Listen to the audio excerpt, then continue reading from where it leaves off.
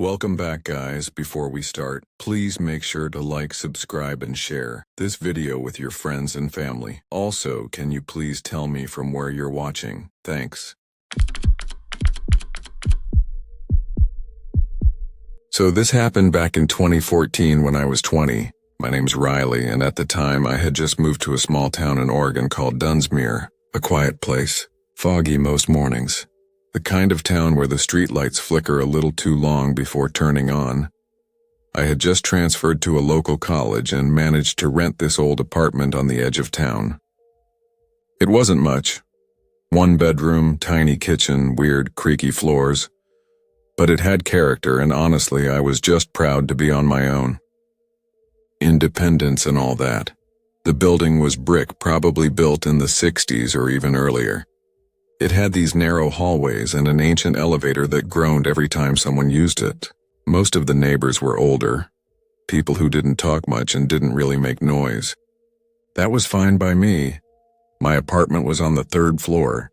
It faced this skinny alley that ran between my building and another one just across. An even older structure that looked like no one had lived there in years. Its windows were always dark, cracked in places. The whole thing gave off a cold, abandoned vibe, like it didn't want to be noticed. For the first few weeks, everything was normal. I kept busy with classes, work, and trying to make new friends. I didn't pay much attention to the building across from me. I mean, why would I? It just looked empty and dead. Then one night, around mid-October, things got weird. I'd stayed up late working on an English paper. It was just past midnight. I remember that clearly because the cheap wall clock above my desk was ticking so loud in the silence. I actually checked to see if it was broken. I was sitting on my bed with my laptop when I glanced up at the window, and that's when I saw it. There was someone standing in the window across the alley.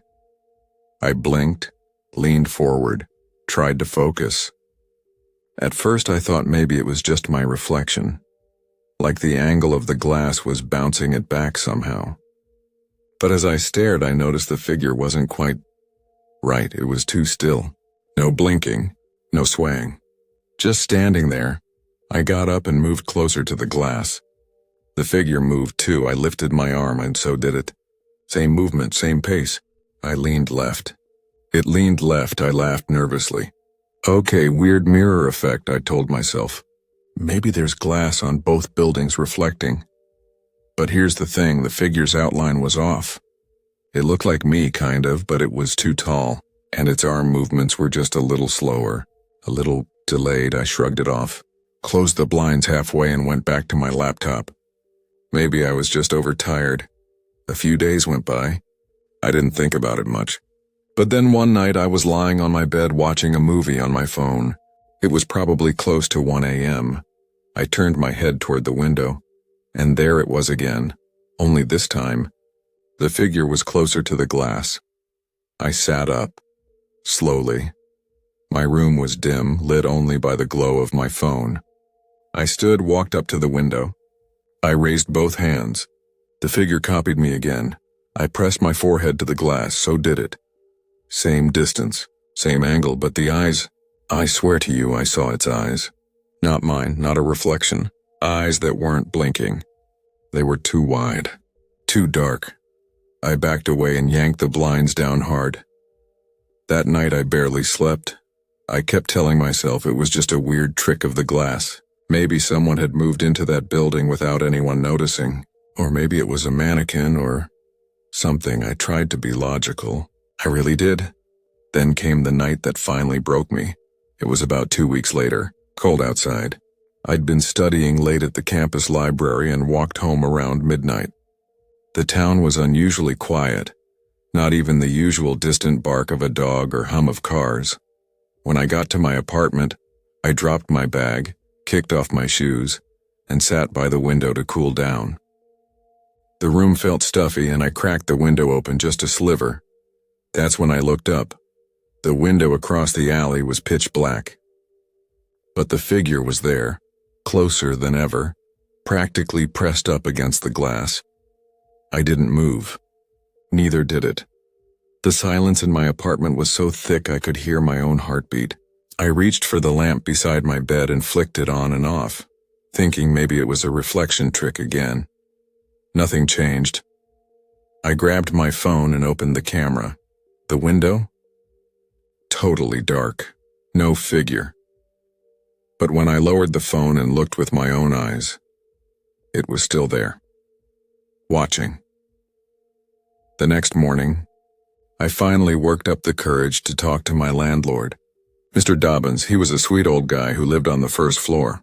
"Hey, Mr. D, do you know if anyone moved into the building across the alley?" I asked, trying to sound casual. He looked confused. "What building?" "The one right across from my apartment. Same height, brown bricks?" He blinked at me. "That building's been empty for years. No water, no power. They were supposed to demolish it last summer, but something held it up." That sent a chill down my spine. I asked if maybe a maintenance guy had gone inside or if anyone could access it. He just shook his head. "Nobody goes in there." I didn't ask anything else. I didn't want him thinking I was nuts. That night, I didn't open the blinds. I didn't go near the window. But still, around 2 a.m., I heard it. A slow, steady tap, tap, tap right against my window pane. I froze in bed. I didn't even breathe. Then, curiosity got the better of me. I slid out of bed, tiptoed across the room, and gently lifted the corner of the blind just enough to peek. The face was right there. Not my face. Its face, skin pale like paper. Mouth too wide, eyes stretched open in this unnatural frozen stare. I dropped the blind and ran. I didn't even grab my wallet. I pounded on my neighbor's door and without thinking said I'd locked myself out. She let me crash on her couch without asking much. The next day, I walked the alley. Looked up at that window from the outside. It was empty. Just a cracked, grimy pane of glass. No signs of life. Still, I could feel it watching. That night, I didn't go home. A few days later, I asked Mr. Dobbins if I could break my lease. I told him I wanted to move closer to campus. He didn't question it. Just handed me a form and said, "You're not the first." I moved out that weekend. Before I left, I did one last thing. I went into my room, opened the blinds wide, and looked out during daylight. The building across looked the same. Old, lifeless, quiet. But in the dust on my side of the window, right where the glass met the frame, I saw it. A single, perfect handprint pressed from the outside. Back at my parents' house, I slept better. But some nights, especially when it's quiet, I swear I hear tapping again. Just faint. Just enough to make me sit up and look around. I haven't lived in a place with a window facing another building since. And every night, without fail, I close my blinds before bed because I never want to see my own face staring back when I know I'm not standing there. So let me tell you something strange. Something that still makes my skin crawl whenever I think about it. This all started back in 2019, when I was 22. Just trying to get through my last year at Brookfield College. I had just moved into this tiny one-bedroom apartment on Sycamore Street, not too far from campus. Rent was cheap, which should have been my first red flag. But I was broke, tired of dorms and bad roommates, and honestly, I just wanted my own space. The place was old. I mean, the walls were yellowed like someone smoked inside for 50 years, and every door creaked like it had something to say. But it was quiet, and no one ever really bothered me. For a while, I liked it. I worked the evening shift at a coffee shop called the Bean Bunker, and spent my mornings buried in my senior research project. Things were fine, until they weren't. At first, it was just small stuff. I'd wake up feeling more tired than when I went to bed. You know that groggy, foggy kind of tired that coffee can't touch? That kind. I figured it was just the stress from school, so I tried sleeping earlier, eating better, even cutting out caffeine. Didn't help. Then one morning, I woke up on the floor near my apartment door, wrapped in my blanket like I had dragged it across the entire place. I had no memory of moving. A few days later, I found my pillow under the kitchen table. I laughed it off at first. I thought, okay, maybe I'm sleepwalking. Weird, but not that weird. My shift manager, Riley, noticed how worn out I looked and told me to take a couple days off. But I couldn't. Rent, groceries, bills. Life doesn't pause because you're tired. Then one night right before bed, I saw something odd on my phone.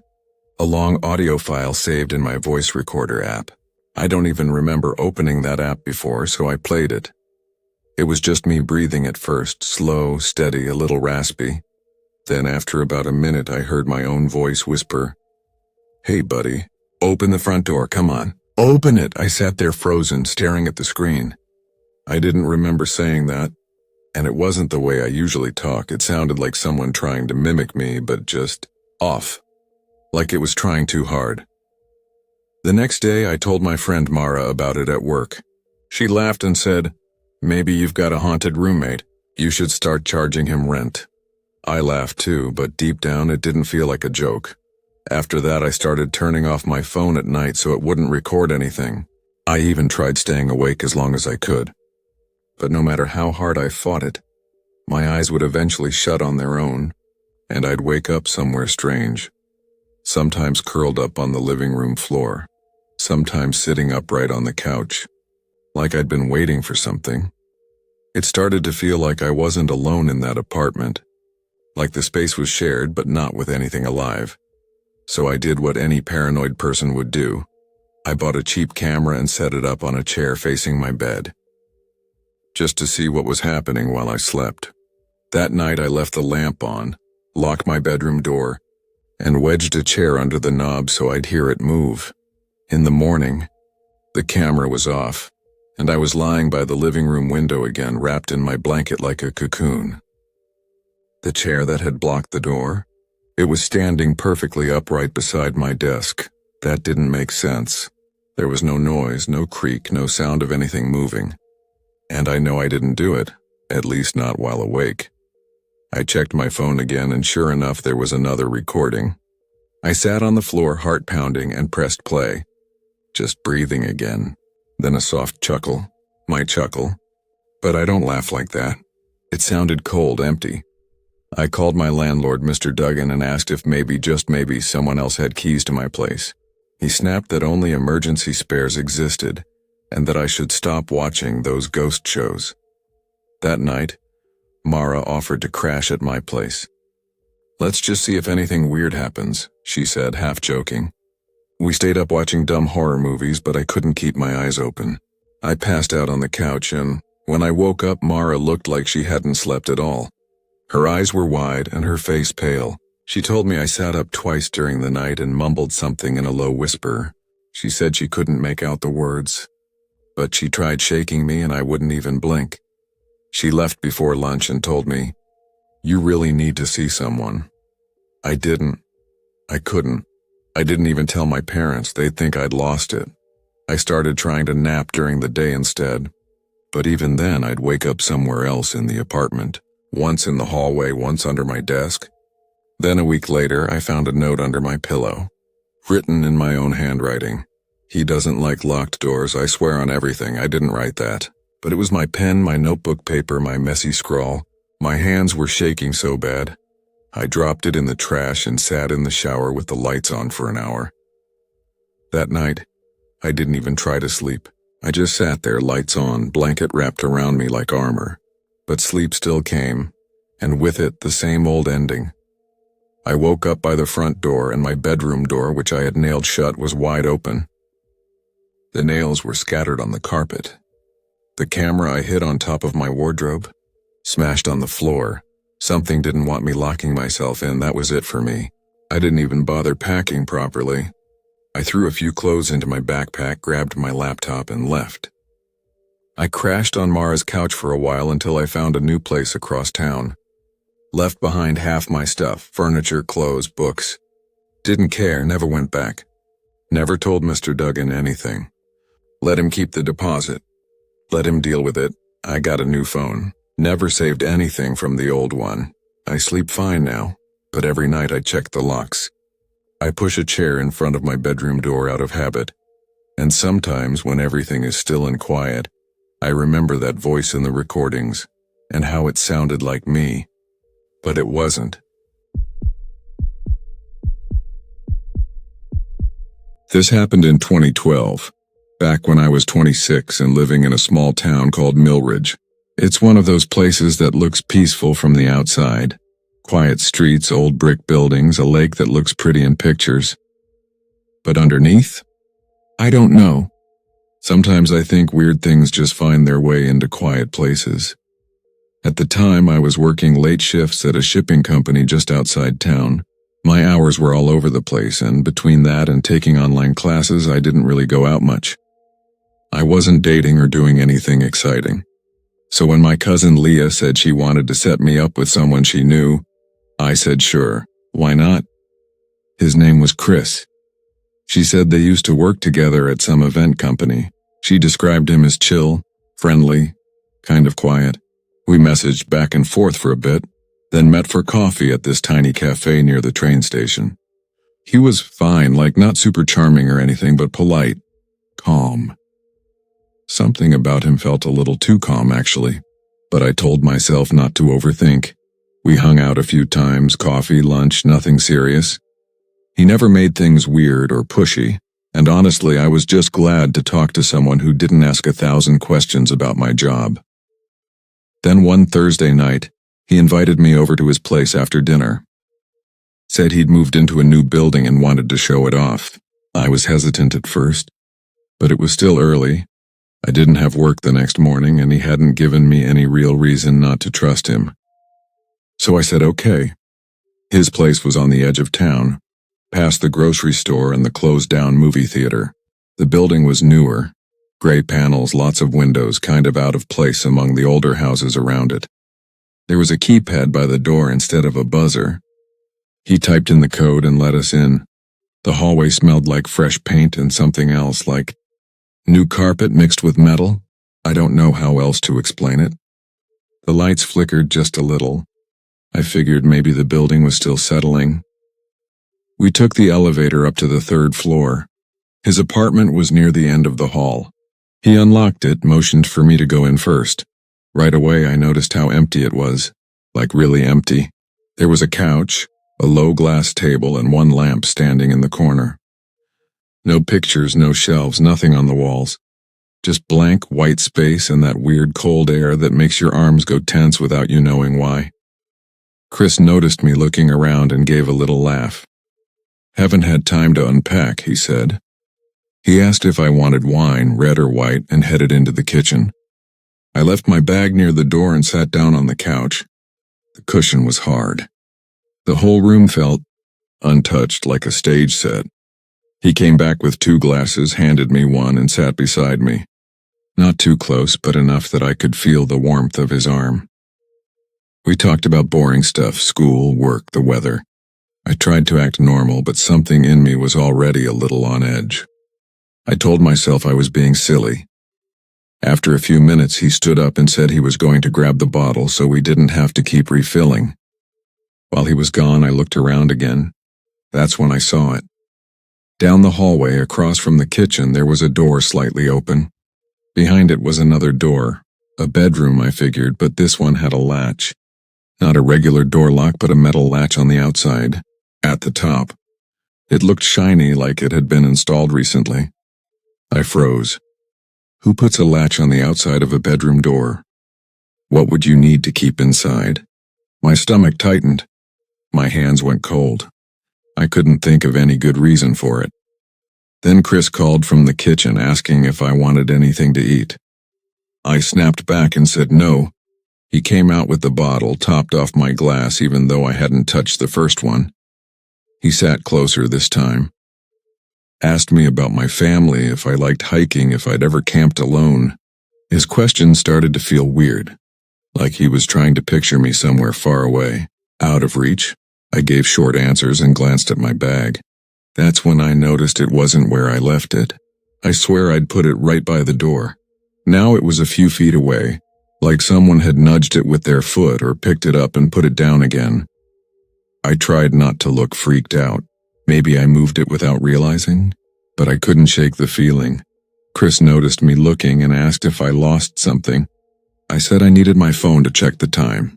I'll get it for you, he said, smiling. Don't worry. Then he stood and walked down the hallway. I waited. My heart was pounding. He was gone longer than it should have taken to grab a phone. I stared at the hall, waiting for him to come back. When he did, he was holding my bag, but not my phone. He set the bag down next to me, still smiling like nothing was weird. I asked, "Can I have my phone?" He tilted his head like I was being silly. "Maybe it slid under the couch," he said.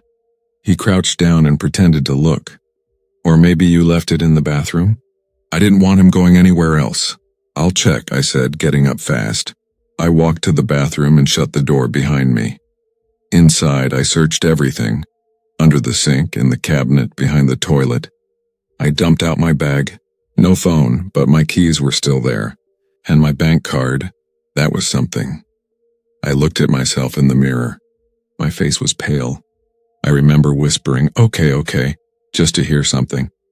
When I opened the door, he was right there. Standing at the end of the hallway. Still smiling. "Find it?" he asked. I lied. "Yeah." I clutched my bag and walked past him, trying not to run. I told him I had to go and started putting on my shoes. He didn't say much, just stood there watching me. I opened the door and stepped out into the hallway. Didn't wait for a goodbye. Just walked to the elevator and hit the button over and over until it came. Inside the elevator, I held my bag tight against my chest. No phone, but I had my keys. I had a way out. Once I reached the lobby, I didn't stop. I didn't look back. I pushed open the doors and walked straight into the street. It was colder than I remembered. I kept walking until I found a lit-up corner store with a guy behind the counter. I asked if I could use their phone. He hesitated but let me. I called Leah. She stayed on the line while ordering me a cab. When I got home, I locked the door, then locked it again. I checked every window. I didn't sleep that night. I just kept thinking about that latch. About the bag. About the way he smiled like he knew something I didn't. The next day, I told Leah everything. She asked if I wanted to go to the police. But what would I say? He didn't touch me. Didn't say anything threatening. But something was off. Like I'd been walking a few steps ahead of something I didn't want to see. We changed all my passwords. I bought a new phone and never gave him the number. A few times random accounts tried to follow me online. Blank profiles, no posts, just silence. I blocked every one of them. I didn't tell anyone else what happened. People always want to give advice, but I didn't want any. I didn't want to hear how lucky I was or how I should have known better. What I do now is listen to the part of me that goes quiet when something feels wrong. That chill in your chest? That's not just anxiety. That's your warning. I never leave my bag unattended anymore. I always make sure I have an exit. And if I get even the smallest weird feeling, I don't explain it away, I just leave.